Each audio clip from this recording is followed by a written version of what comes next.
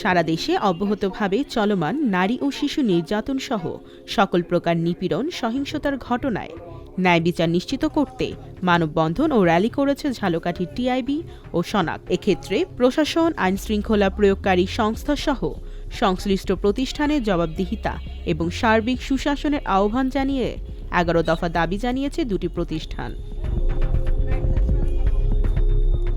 নারী ও শিশুর প্রতি সহিংসতা বন্ধ করুন এখনই শিরোনামে ১৬ই মার্চ সকাল ১১টায় ঝালকাঠি ফায়ার সার্ভিস স্টেশনের সামনে অনুষ্ঠিত হয় এই মানববন্ধন ও র্যালি। এতে সভাপতিত্ব করেন সচেতন নাগরিক কমিটির সভাপতি বীর মুক্তিযোদ্ধা সত্যবান সেনগুপ্ত।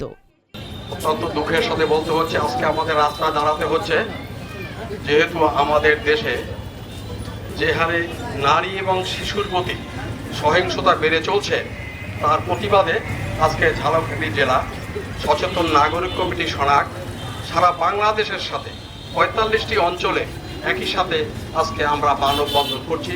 তারই অংশ হিসাবে ঝালকাঠি সনাকও সেই মানববন্ধন করতে হচ্ছে আমাদের। আমরা অত্যন্ত দুঃখিত যে আজকে এতদিন পরেও, বৈষম্য বিরোধী আন্দোলন হবার পরেও আজকে আমাদের দেশের নারীরা, কন্যা, শিশুরা তারা বৈষম্যের শিকার।